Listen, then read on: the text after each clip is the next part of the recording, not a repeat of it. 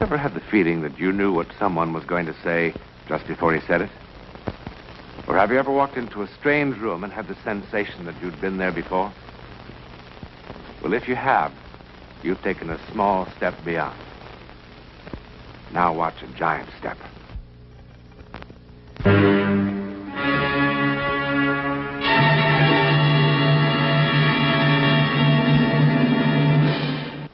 It's a lovely house, isn't it? It used to be one of England's more fashionable country homes. But now, it's closed. Not for rent, not for sale. It's just closed. In fact, its American owner simply locked the door and walked away. But locking the door hasn't helped Ellie Pelston one bit. It isn't easy for her to forget what happened here. It all began, normally enough, with the arrival of the first weekend guest. Good afternoon, sir. Good afternoon. Enter Donald Ainsley Stewart, career man with the United States Foreign Service. Donald, you darling. You did manage to make it. Well, I was told that anyone that passed up a chance to spend a weekend with Ellie Pelston was a fool. You're a dear boy. I knew you'd make a perfect guest the moment I laid eyes on you. Hurry down now. The others will be arriving any moment.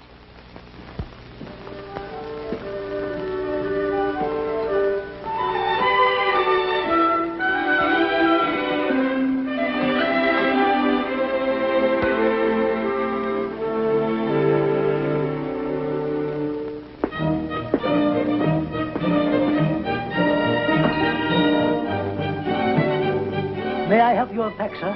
No, thank you. Can I get anything for you, sir? No, thanks.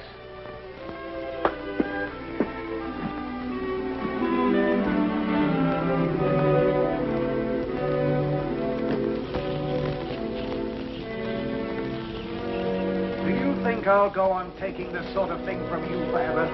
You won't have to ever again. What are you talking about? Can't you see? It's plain enough. I'm packing. I'm leaving you, Carter, for good. But leave it. For whom? Anyone who can make me feel like a woman. Why, you cheap, rotten... Careful, Carter. You'll have a fit. No. You're not leaving. You're not. You'll never make a fool of me again. Not ever again. Threatening. How ridiculous you are. Why don't you stop your feet and scream? Why don't you? Carter! Let me go! No! No! No! Let me! Stop it! Stop it! Stop it! Stop it! Stop what? Stop what, Donald? Ellie!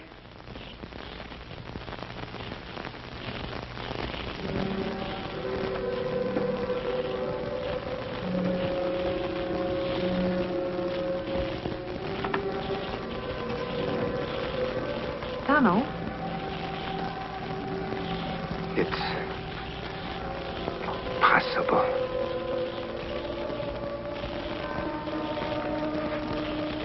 Gone? Donald, who's gone? They were here. They were.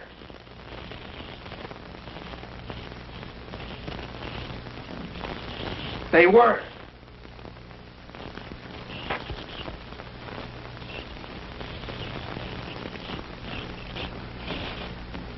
Who was here? I don't understand. Donald, are you all right?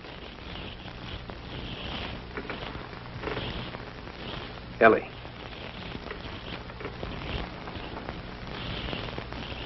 I saw them. A man and a woman.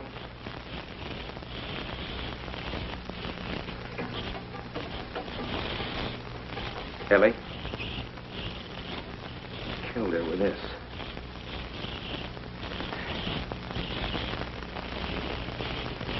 There was a fire in there. That lamp was on. Donald, you're not serious.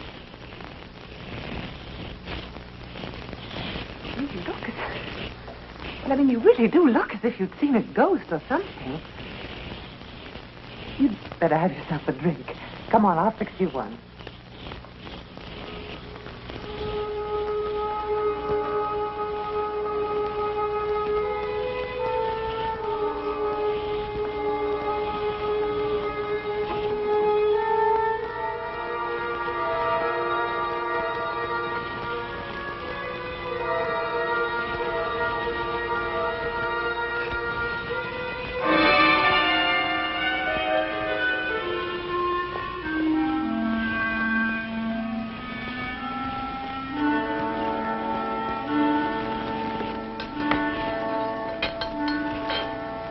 This will fix you up.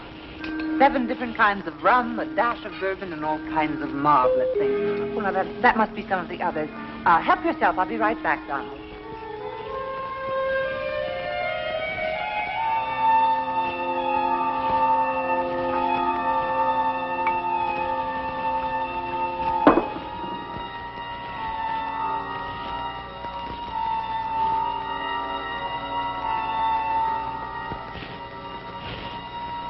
I'll have one, too.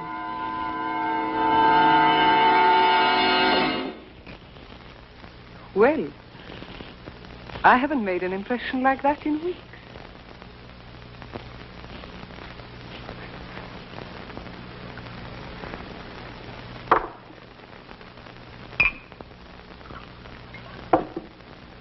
Here, your need seems to be even greater than mine.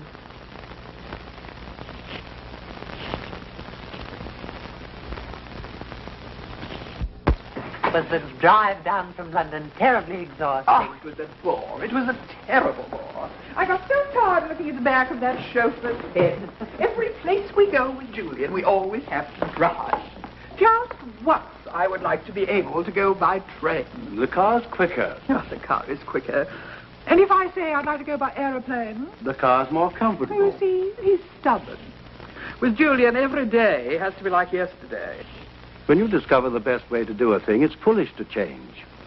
None of you know my new friend, Donald Stewart. We must all be especially nice to Donald. This is his first time in England.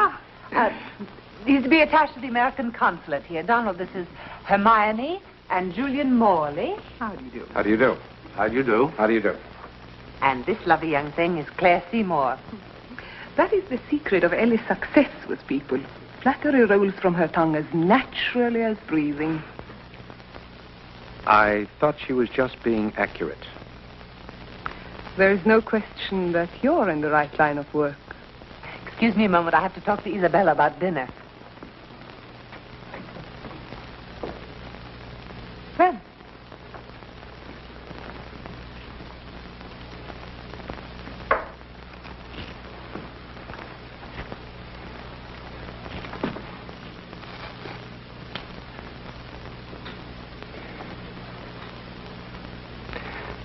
Now, I know what I'm going to say will sound not the way I mean it to sound, but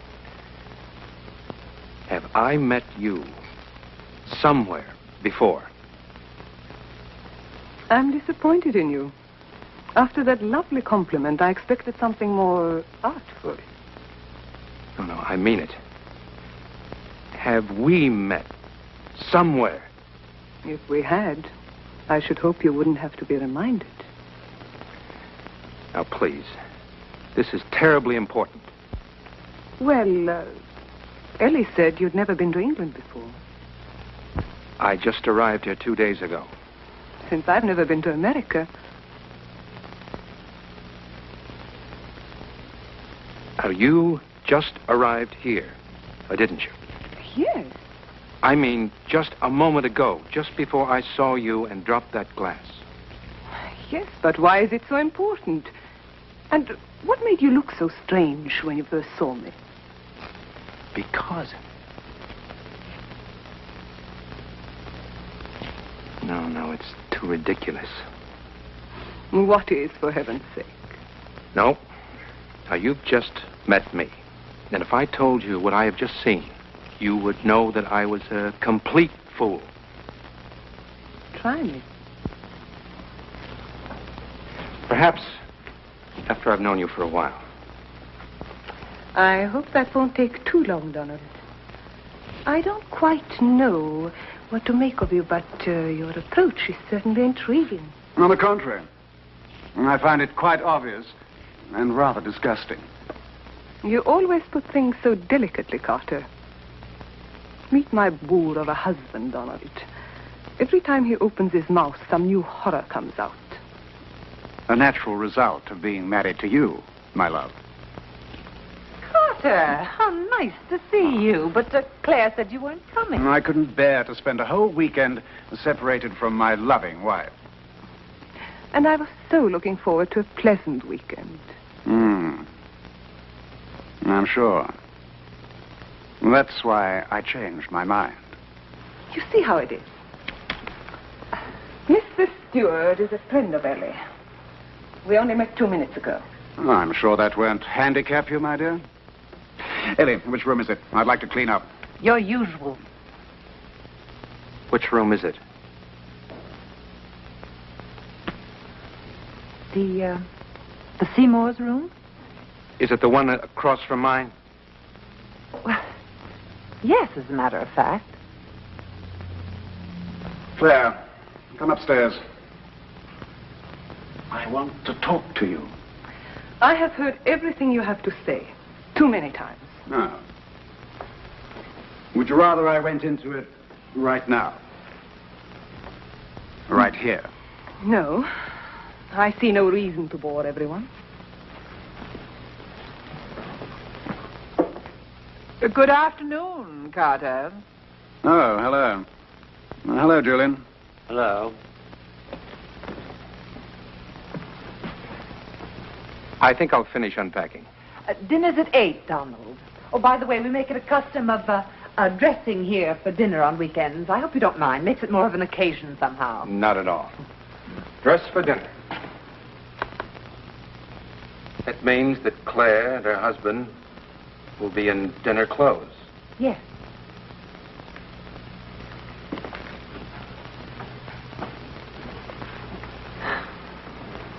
It's a very odd young man you found, Ellie. Yes. Isn't he?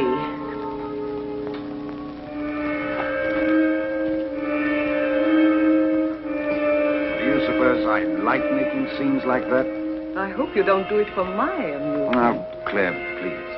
I can't take any more today. All right, darling. Let's forget it. Are you lost? Well, I realize how this must look, but I was just trying... Really?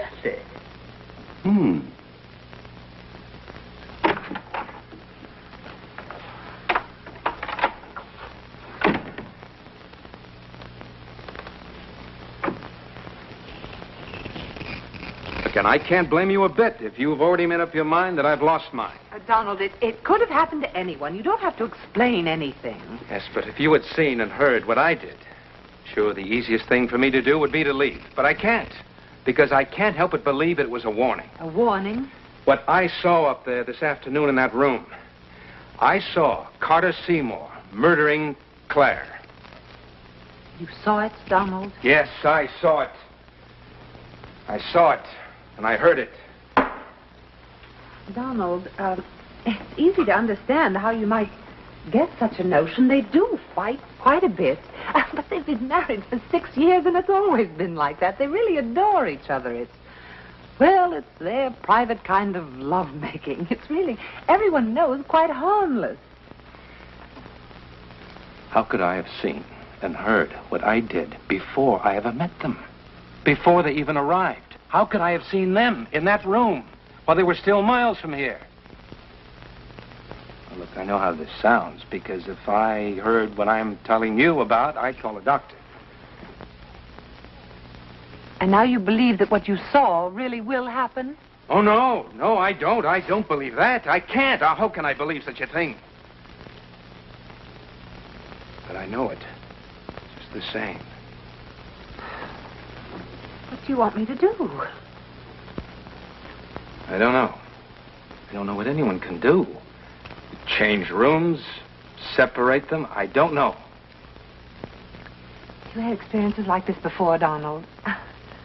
I mean, I know a lot of hostesses who'd welcome the addition of a few ghosts to lend a bit of interest to an otherwise dull establishment, but believe me, You still think I've lost my mind, haven't you? No. I wouldn't put it that strongly. Well, if you insist on making an issue of this thing, I do have my other guests to consider. It's time for a drink. Martinis? Excellent idea.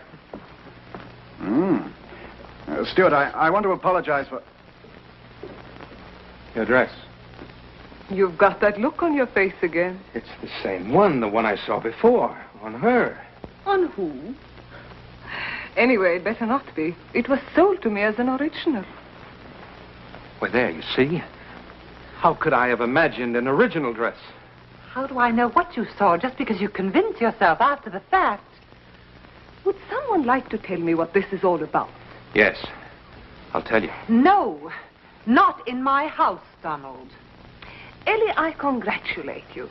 Your weekends are never dull, but this time you've outdone yourself. When are we to be let in on the mystery? Never, if I can help it. Martini is wonderful. Aren't you drinking?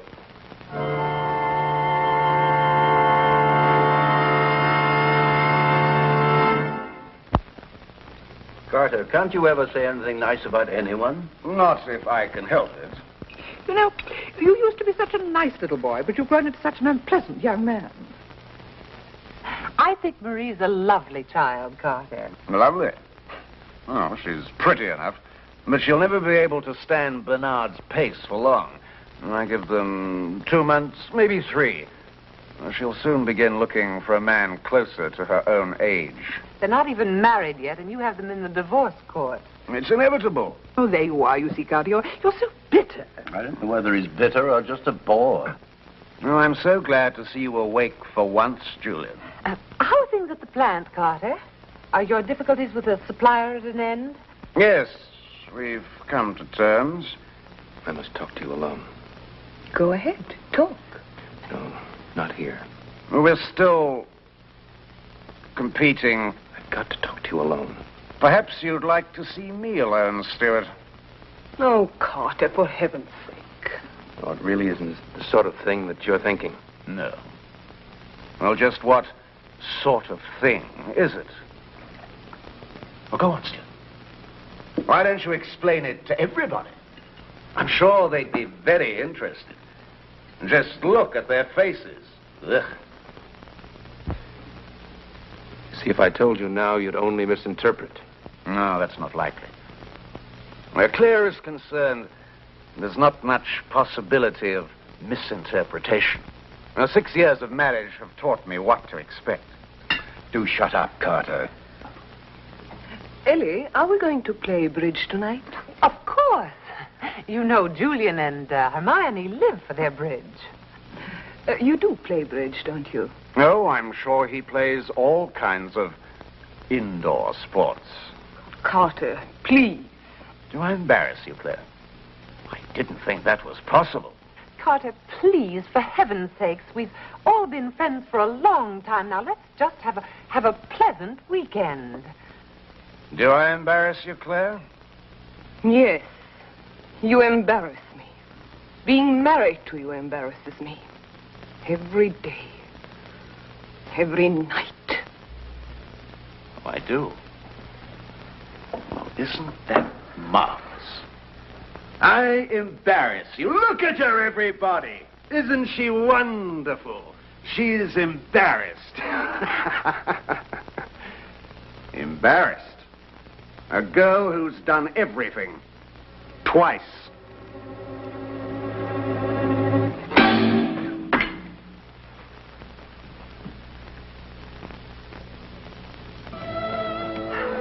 One spade. 3 cards. Pass. 5 clubs. Ah. Perhaps. Pass.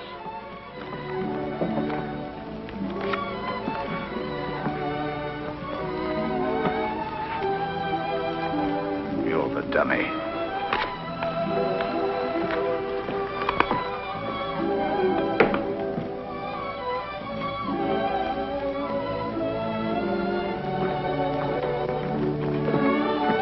Mr. Stewart, you are the dummy.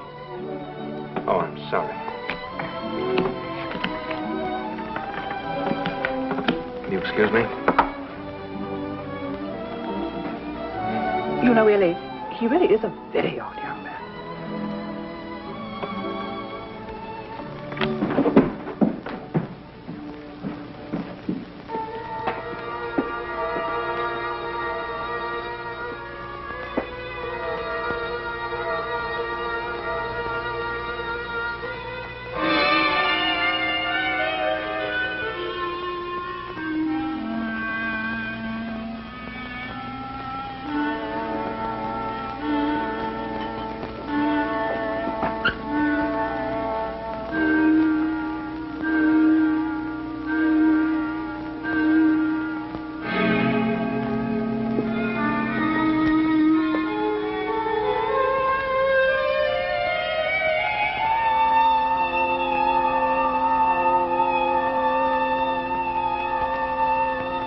You'll never make a fool of me again, not ever again.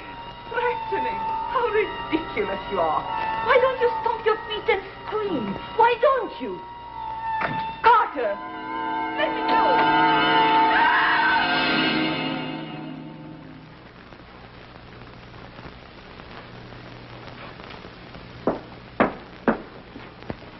Now, wait. Sir? The Seymours. Where are they? Mr. and Mrs. Seymour? Oh, they've gone, sir. They're gone. Yes, sir. Well, they can't have. Well, they have, sir. When did they leave? Just now.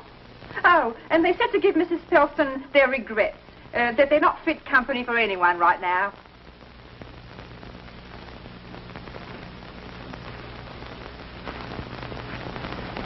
Is there anything I can do for you, sir?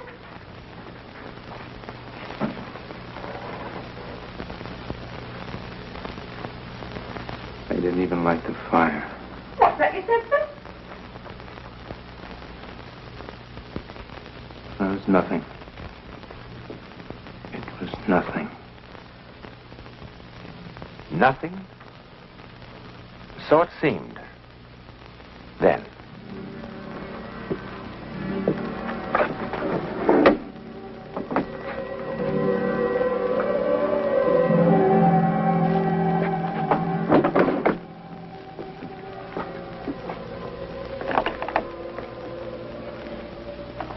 But it was hardly nothing.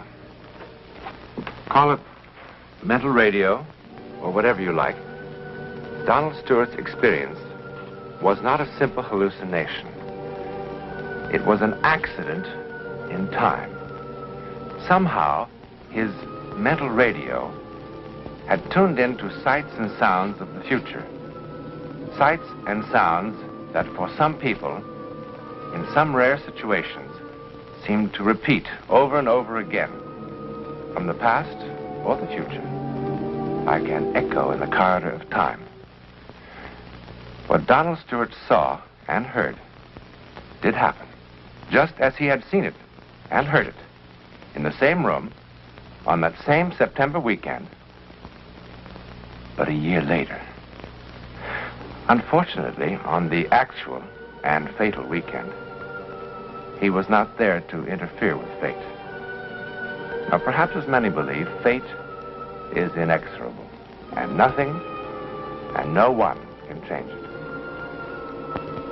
Or perhaps not. In a moment, a preview about next week's One Step Beyond.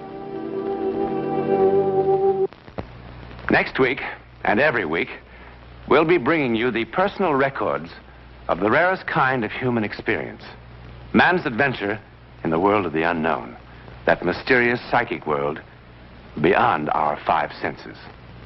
This is your invitation to take with us that astonishing one step beyond.